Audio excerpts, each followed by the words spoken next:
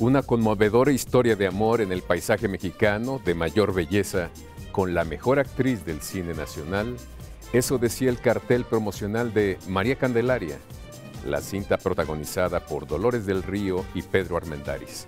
Realizada en 1943, esta cinta ganaría el Grand Prix en el Festival de Cannes y quedaría como una cinta emblemática del cine de oro mexicano. Se cumplen 80 años de María Candelaria. Así es, Javier, y qué mejor fórmula que en este aniversario de 80 años de María Candelaria podamos explorar esa maravillosa e impresionante carrera de una gran actriz y estrella mexicana, Dolores del Río. Y precisamente lo haremos a través de dos estupendas charlas con maestros y críticos del cine mexicano y además gente muy cercana a Dolores del Río. Nos referimos a don Luis Terán y a don David Ramón. Y precisamente, Javier, por ello también nos encontramos aquí en la puerta de la finca La Escondida, que fuera ni más ni menos la casa de Dolores del Río aquí en México. Nuestro compañero Óscar Helguera va a dar cuenta de la presencia de Dolores del Río en el cine internacional y Karen Rivera nos va a invitar a entrar a otra casa, la de Guillermo Tovar y de Teresa, que hoy ya es museo. Así es, Javier, y tendremos también en México, en 100 objetos, la historia detrás del retrato de Dolores del Río que pintara el gran Diego Rivera. Esa nos la cuenta Norma Guzmán. Estamos listos y les invitamos a que nos acompañen con la X en la frente.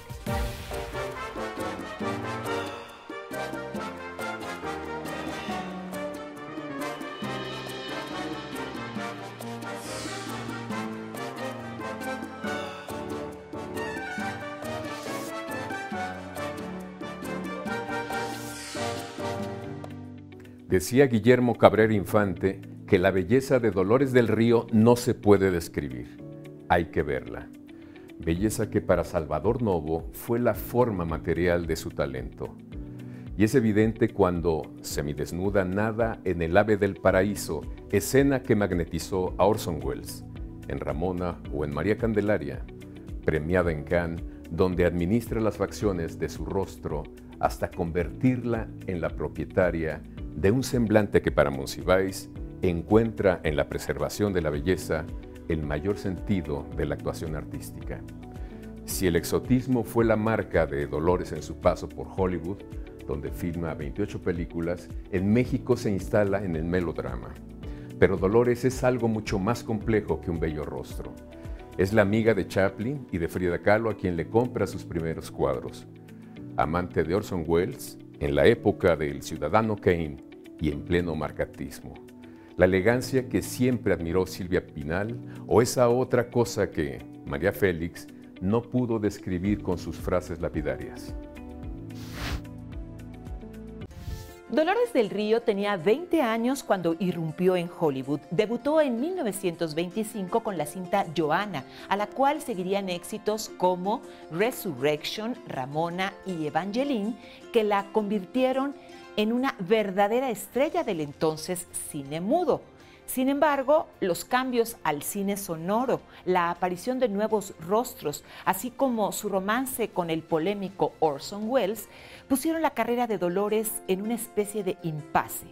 De esta manera, regresó a México, en donde debutó de la mano de Emilio el Indio Fernández con la cinta Flor Silvestre, y al año siguiente realizaría María Candelaria, hoy una verdadera joya del cine mexicano. Y bueno, de esta manera, cabe decir que la carrera de Dolores del Río en México coincidió con el llamado auge del cine de oro mexicano. Y para acercarnos a ese fenómeno cultural que es Dolores del Río, estamos con un crítico de cine y también con una persona que la trató de cerca, el maestro David Ramón. Gracias por estar aquí. No, al contrario, yo soy fan del Canal 22, como te lo he expresado ya. David, ¿cómo entiendes la persistencia de esta imagen de una actriz mexicana como Dolores del Río y cómo es que también se impuso en Estados Unidos? Bueno, yo una vez escribí, entre tantos, vigencia perpetua de Dolores del Río, porque tiene una vigencia, una fuerza, ¿no? Es la fuerza de la belleza y es la fuerza de la bondad. Porque Dolores del Río era una mujer de una gran bondad y le importaba más esa cualidad que la belleza. En Dolores del Río llega a Hollywood en un momento muy especial y se impone como una belleza exótica, entre comillas, diferente, una gran belleza. Estábamos comentando la portada de mi libro, una belleza morena, que era lo nunca visto en Hollywood. Eso la hacía totalmente diferente. Y una fuerza de esta mujer, entonces, bueno, y la inteligencia, tan bella como inteligente. Fíjate que ese es un punto que a mí me interesa porque sí es muy bella, ha habido otras mujeres también muy bellas, pero no han pasado ni han permanecido como ha sido el caso de Dolores. Y eso es seguramente trabajo e inteligencia. La inteligencia, Dolores es una intelectual, absolutamente. Bueno, fue amiga de los contemporáneos. Pues yo la considero siempre una más de los contemporáneos. Y desde siempre, ¿no? Una mujer que en ese sentido le debe mucho a su primer marido, Jaime Martínez del Río, porque él era un hombre maravilloso, educadísimo, culto, fino, y le inculcó en alguna, porque se casó con él cuando tenía 15 años. No sé. ¿Y cómo explicas el salto o la permanencia del cine mudo al cine? Bueno, de eso hablábamos, porque hace rato hablamos de Babilón, y que, pues, una cosa extraordinaria, porque cantó, no solo habló, demostró que podía cantar. Grabó su canción Ramona. Que es fantástica. Que se sigue vendiendo. Hasta el principio se vendió muchísimo. No, yo aquí una vez me la puso en su aparato original, el disco y todo. Y la persistencia, una canción maravillosa que se sigue oyendo y está en YouTube y está en todos lados y dice, ay, pero ¿quién es eso? ¡Qué maravilla!, ¿no? Entonces, pero sí sabía cantar. Bueno, y tenía su estilo, igual que María, que tenía su estilo. O sea, sí, claro, tenía su propio estilo. Yo creo que uno de los rostros más bellos que han tenido el cine norteamericano. Ella es el cine norteamericano también, obviamente. Cuando filmó con Elvis Presley le vino a decir, ¿sabes? No sé, ¿sabes esa anécdota que le dijo que su optometrista venía para ver cuál era el color de sus ojos para hacerle unos lentes de contacto a Elvis? Tal cual, para que fuera igual, porque era su mamá en la película. Y Dolores, Elvis era un gran actor, me dijo, pero ese hombre que lo explotaba, como ya vimos en la película más que nunca, no lo dejó ser el gran actor que tenía que haber sido. Y en lo personal, tú, por el trato que tuviste con ella, ¿cómo era Dolores? Encantadora. ¿Era tan amable como lo hacía en público? No, era más amable. Era la amabilidad misma, la educación misma, la clase misma, la cordialidad, la inteligencia en el diálogo, todo le interesaba, todo le importaba. Eso te quería preguntar, ¿qué temas le importaban? ¿Le importaba la política? Le importaba, bueno, porque además en alguna forma fue una prefeminista y formó un grupo político, el Rosa Mexicano, cuando no se usaba. Impulsó al Cervantino. Lo fundó realmente, no le han dado su lugar. La Sociedad Protectora del Tesoro Artístico de México. Apoyó también a... No, la estancia para los hijos de los actores. ¿Y qué autores leía? Pues los clásicos le fascinaban. Y sus amigos, los contemporáneos, supongo. Ah, no. Bueno, por ejemplo, sí, los poemas que Alfonso Reyes, que la adoraba de siempre, que él hizo muchos poemas. Y el poema, como termina el de Pellicer, para Dolores el río, para el río los dolores de cargar con tantas flores, para Dolores del Río. No, era todo un personaje también. No, pero era una intelectual. Jamás habló mal de nadie. De nadie absolutamente. Pero ¿cómo es posible eso? Pues eso es lo que digo, ¿cómo es posible? Es bien común, sobre todo en el ambiente del cine, ¿no? Y una vez me dijo, bueno, si no se puede hablar bien de alguien, cambiamos de tema. Así de plano le daba la vuelta, claro. Sí, sí, sí. ¿Para sí. qué? No, como en ese ambiente, mucha envidia y todo. Bueno, yo creo que además fue una mujer muy afortunada, muy afortunada. Pero también aprovechó la fortuna que se le puso. Porque hay quienes ven momentos propicios para hacer algo y no hace nada. Exacto. Y ella sí lo hizo. Aprovechó. Y bueno, desde siempre se estuvo liberando de la tutela masculina, con una fuerza de ser la mujer que regía su propio destino. Y se atrevió a aparecer semidesnuda en esa película. ¿Cómo se llamó? Ave del Paraíso. Ave del Paraíso. No, está desnuda y para mí esa secuencia debe estar en el Museo de Arte Moderno de Nueva York, junto a las obras maestras del arte, Dolores ahí desnuda. ¿Algo más que nos quieras compartir de Dolores, David Ramón? Que no sé cómo hizo tantas cosas y al mismo tiempo llevó una vida tan plena y una vida amorosa muy plena, pero una cosa es vivir una vida amorosa plena y otro al mismo tiempo ser muy discreta. Claro. Pero fue una mujer muy, muy, muy amada. Y aquí está el ejemplo. Pues un humilde ejemplo, no junto a las maravillas que la amaron. No, sin duda también. Pues muchísimas gracias, no, al David contrario, Ramón. gracias a ustedes. Vamos a un corte y regresamos aquí con la X en la frente. María Candelaria está considerada una joya del cine de oro mexicano, entre otras cosas por la espectacular fotografía de Gabriel Figueroa, y en ella Dolores del Río realiza una estupenda actuación en un guión que retrata al México indígena. Es importante decir que la historia la cuenta un artista quien habla de María Candelaria, una joven enamorada de Lorenzo Rafael. Sin embargo, el amor de esta pareja indígena se ve manchado por los prejuicios de un pueblo que rechaza a la joven. Vamos a hacer una pausa, pero no se vaya porque al regresar, Óscar Helguera nos cuenta de Dolores del Río y su relación con el cine internacional, y también nuestra compañera Karen Rivera nos lleva a recorrer en Novedad de la Patria la Casa Museo de Guillermo Tovar.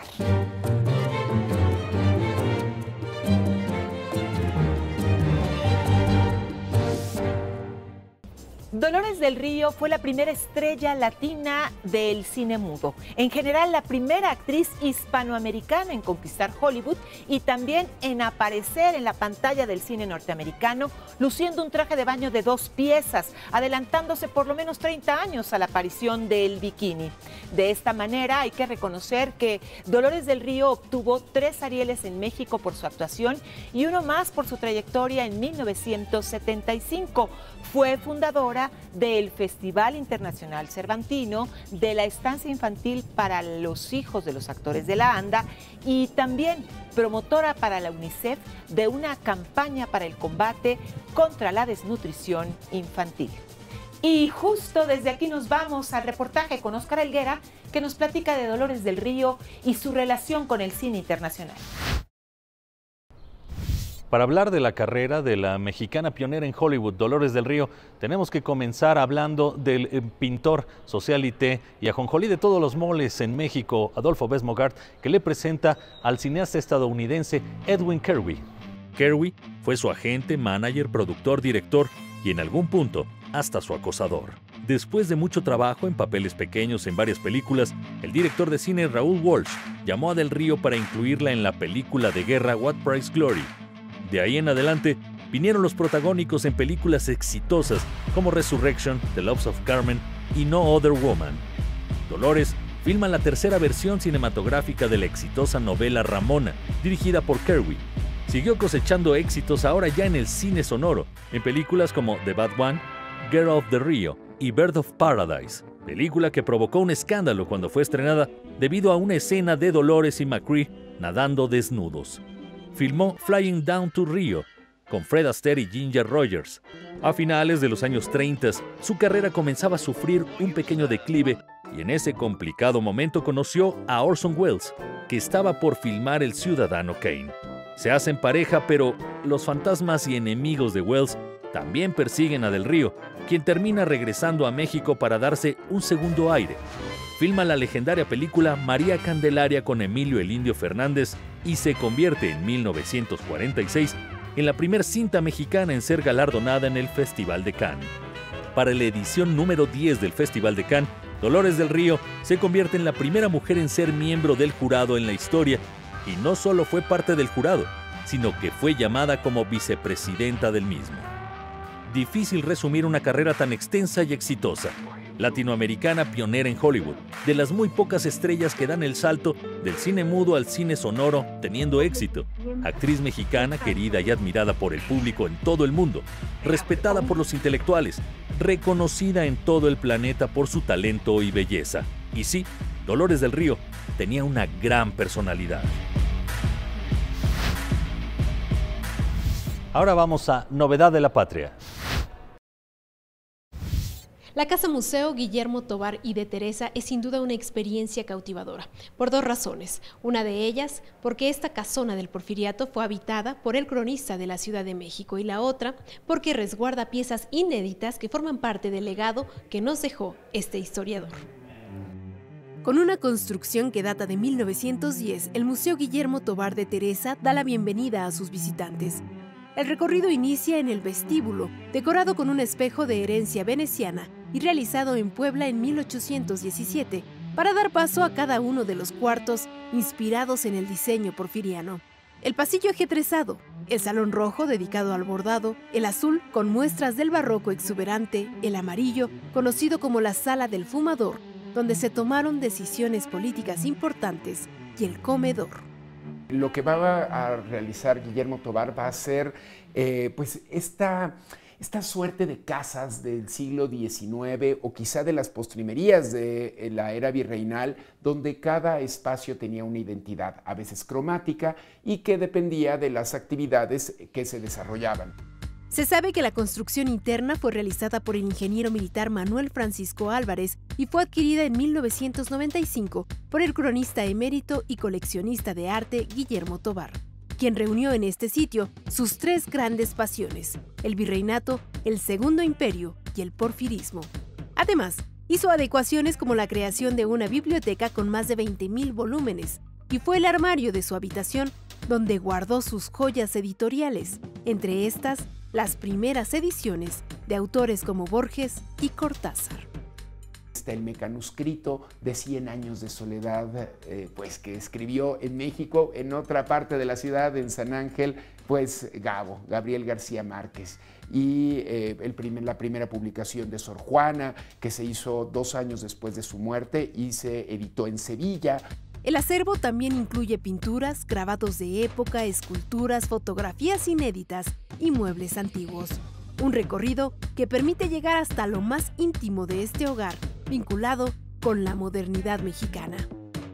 Por estos pasillos se bailó mambo, salsa, también se servía de noche mole, y le encantaba pues el taco de chicharrón con esta grasa mayúscula, le parecía fascinante. Oh, hay una persona muy jovial que le interesa compartir su amor por México y que lo contagió a generaciones, y esperamos que desde esta casa, desde este epicentro cultural, pues estas historias de Guillermo sigan vivas. Vamos a hacer una pausa, pero al regresar tendremos una magnífica conversación con el maestro Luis Terán, crítico de cine y cercano a la historia de Dolores del Río. Y en México, en 100 objetos, nuestra compañera Norma Guzmán nos cuenta la historia detrás del retrato que le pintara a Dolores del Río el gran Diego Rivera.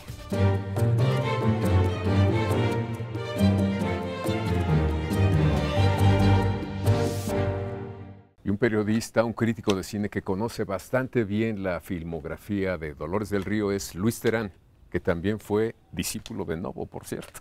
Sí, muchas gracias. Sí. Gracias, Luis, por estar aquí. Gracias. De toda la filmografía que fue muy abundante de Dolores, ¿cuáles son las películas que la fijaron, digamos, en el imaginario? Bueno, obviamente las películas que hizo con el Indio pues son importantísimas en su carrera, pero también yo creo que tiene una película básica, importante, primordial de Alejandro Galindo que se llama Doña Perfecta, donde está absolutamente genial, para decirlo con una sola palabra. Y realmente tienen notables trabajos con otros directores, con Roberto Gabaldón en La Otra, por ejemplo, fantástica. Y bueno, pues las películas con Emilio Fernández, pues María Candelaria, que estamos cumpliendo 80 años. Y bueno, Flor Silvestre, Bugambilia, Las Abandonadas, que es fabulosa, La Malquerida, en fin, digo, realmente es notable la carrera de Dolores, ¿no? Es más que un bello rostro. Ay, pero por supuesto. Digo, yo creo que está todo junto, ¿no? El rostro, la personalidad, la penetración en el público con su fuerza, ¿no? Eso es muy importante. Según, ¿cuál es tu hipótesis de por qué atrapó al público de la manera en que lo hizo? Pues yo creo que es una cuestión que pocos vemos, o sea, pocos estudiamos al respecto, pero yo creo que tuvo mucho que ver que ella primero estuvo en Estados Unidos, ¿no? Entonces fue una gran escuela para ella, para que cuando ella llegó aquí, pues ya era toda una señora del trabajo, sabía dónde estaba la cámara, dónde estaba todo, las luces, o sea, ella sabía perfectamente en dónde estaba todo, ¿no? Entonces ya cuando ella llegó a México, donde hizo una carrera impresionante, importantísima, yo creo que tan importante como la que hizo en Estados Unidos, o que yo hasta me atrevería a decir que un poquito mejor. Y se convirtió en un símbolo, porque no solamente, digamos, se quedó en el área del cine, sino permeó a otras zonas de la cultura. Sí, por supuesto. Ella hizo mucho teatro en México, mucho. Y me llamaba mucho la atención porque yo fui muy amigo de José Luis Ibáñez, que también tenía amistad con Dolores. Él me trajo algunas veces aquí a La Escondida con Dolores. Claro, le pidió permiso, no iba a venir yo así nada más, ¿verdad? Y pues fue por eso que la conocí y pues me divertía mucho los comentarios que me decía José Luis, porque me decía, Dolores me decía, vamos a hacer un mes en el campo una obra de teatro, ¿no? Yo creo que dentro de 2 años. O sea, digo, como que el tiempo no existía para Lolita, ¿no? Era todo un mundo, ¿no? Y entonces, pues eso era fantástico de ella, ¿no? Y tenía mucho, no sé, un don de gentes, así, era muy agradable, muy agradable persona, ¿no? Muy educada, muy fina. Y compartían además algunos amigos, ¿no? Como el propio Novo, como por ejemplo. El propio maestro Novo, sí. Que yo pertenecía a la última generación de alumnos de él en la UNAM, en la facultad, junto con Carmen y Magdalena Galindo, junto con Roberto Páramo, con Miguel Capistrán, que nos hicimos, bueno, inseparables del maestro. O sea, estábamos muy unidos con él hasta el fin, o sea, todo el tiempo. Y compartían el gusto por la literatura y el cine. El cine, por supuesto. Y el maestro nos llevaba al cine, entonces. ¿Sí? Sí. O sea que sí es cierto. No, y Dolores era pues no sé, aquí era una cosa fantástica. Generalmente pues era en los interiores, a veces pasábamos al jardín, una cosa así, pero realmente pues era una figura que llenaba todo. ¿Y de qué hablaba Dolores? ¿Qué le interesaba? Dolores hablaba pues de las actualidades, por supuesto. Hablaba de libros, hablaba de algunas personas. Como decía David Ramón alguna vez, ella nunca hablaba mal de nadie. Efectivamente, era una mujer muy discreta, muy educada, muy correcta, ¿no? Y digamos políticamente. Pues ella no se metía mucho, pero yo creo que era una mujer que vivía su momento, era muy inteligente, muy brillante, y pues hizo el Rosa Mexicano, y pues ahí entró muchísimas figuras del medio, ¿no? Del cine, del teatro, de la televisión, y pues se constituyó en una cuestión como de levantar la voz, ¿no? De las mujeres, ¿no? Eso era importante para la época. Y desde la industria, que era bastante complicada para las mujeres también. Sí, también, por supuesto. Pues algo más que nos quieras compartir, Luis. Pues que me da mucho gusto que se le haga este reconocimiento a Dolores, porque fue una mujer muy importante, muy valiosa, y que realmente tiene una visión imperecedera en el cine, ¿no? O sea que realmente yo creo que tenemos que valorarla en su justa medida. Además de Doña Perfecta, ¿con qué otras 2 películas te quedas? Híjole, pues con La Malquerida y con Bugambilia. Pues muchísimas gracias, Luis Terán, y seguimos aquí con la X en la frente. Una de las grandes actrices del cine mexicano en el año de 1938 fue musa del pintor y muralista Diego Rivera. Aquí le digo de quién se trata. Uno de los primeros retratos del muralista Diego Rivera lo hizo con la actriz Dolores del Río. En aquella época era uno de los rostros más bellos de México. Una de sus grandes piezas pues es un retrato que hace de Dolores del Río en 1938, que es bastante temprano porque luego hizo otros retratos de ella. Ella fue retratada por muchísimos pintores. Con una técnica en óleo, Rivera reforzó la gran amistad que tenían con esta actriz mexicana, quien fue la primer hispanoamericana en llegar a Hollywood. Es un óleo aproximadamente de 80 por 50 centímetros. Es una pieza que además para la época de Diego, o sea, en la época los retratos de Diego Rivera es bastante temprana, pues es el momento en el que Diego Rivera está trabajando en muchos proyectos murales aquí y en Estados Unidos. Hay algunas leyendas que se cuentan de este cuadro, por ejemplo, una de ellas que es que la ropa con la que aparece vestida Dolores del Río fue ropa que le prestó Frida Kahlo, y creo que además deja como impresa la huella de su propia amistad con Dolores del Río. La retrata, por supuesto, muy guapa como era la actriz, pero también pues como en una actitud muy relajada. Y creo que eso tenía que ver también con la relación tan estrecha que tuvo con los dos artistas. Y en el mismo estudio en donde Diego Rivera inmortalizó a Dolores del Río, hoy, 80 años después, podemos admirar esta obra de arte.